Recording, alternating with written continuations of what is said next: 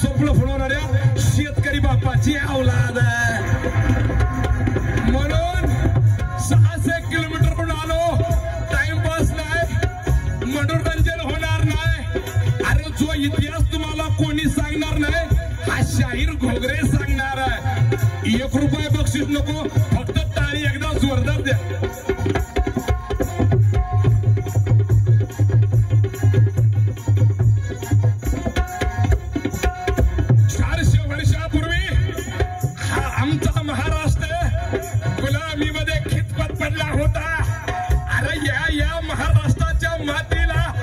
वाली कोणीच नव्हतं, स्वतःला कर्तृत्ववान म्हणून घेणारे मनात वेगवेगळ्या भाषांना अशी मुजरे घालण्यामध्ये व्यस्त होती हो. पण जिजाऊच्या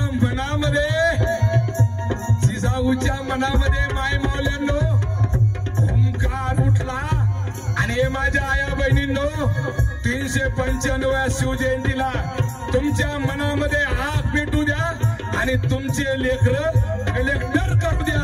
हीच या शाहिराची तळमळ.